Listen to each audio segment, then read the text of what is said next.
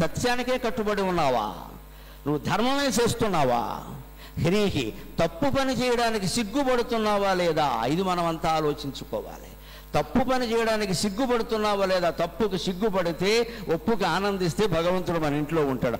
ఆర్జవం సరళంగా ఉన్నావా లేదా? వక్ర బుద్ధి లేకుండా, లోపల ఆలోచన బయటకో మాట కాదు, ఏది ఉందో అదే రావాలి ఖచ్చితంగా. ఆర్జవం. అన్నిటికీ మించి ధృతికి, కష్టాలు తీరడానికి, సమస్యలకి తీరడానికి, ఉద్యోగాలు రావడానికి, పెళ్ళిళ్ళు అవ్వడానికి, పెళ్ళిళ్ళు అయ్యాక కూడా ప్రశాంతంగా ఉండడానికి చాలా సమయం పడుతుంది.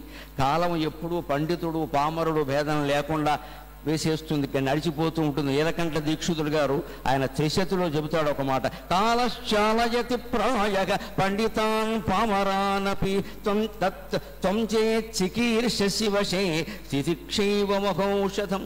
కాలానికి మహావిద్వాంసులు అజ్ఞానులు అనే భేదం లేదయ్యా, అందరినీ నడిపిస్తూ ఉంటుంది. అది నీకు వశం కావాలంటే ఒక్కటే, తితిక్ష. ఓపిక పట్టు, ఓపిక పట్టు, ఓపిక పట్టు. గుండెల్లో పరమేశ్వరుణ్ణి అట్టే పెట్టు, అప్పుడు ఖచ్చితంగా కాలం నీకు వశం అవుతుంది అంటాడు.